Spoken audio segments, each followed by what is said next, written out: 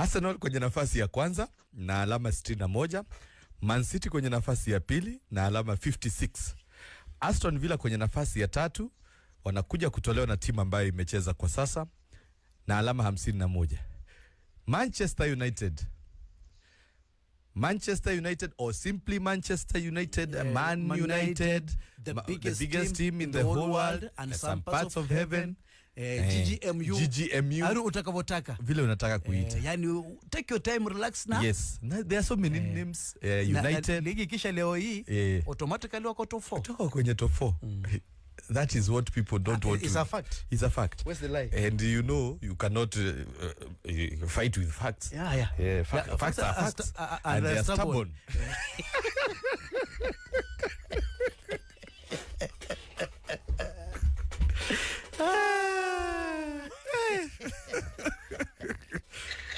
Manchester United kwenye nafasi ya 4 na alama 48. 3 points behind Aston Villa. Na by the way, Manchester United wana game in hand. Arsenal wamepiga yao 28. Manchester wako na 27. And again, Aston Villa hajaenda Old Trafford. Haijafika Old Trafford. Hii Chelsea wajua marekodi yao. Wanajua. Wasi wapigia tunapotaka. Wakienda kule Stamford Bridge na wapiga. So Chelsea has never been our problem.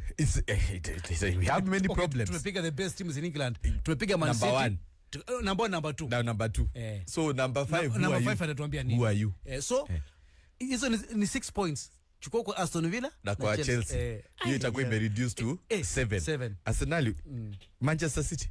We are coming. We are coming for you. We are not joking. We are not very far. No. You're not joking. We're not joking. We are coming. Usika hapo mkipigwa kadi sauri. Utakuwa wewe ndio umepata energy.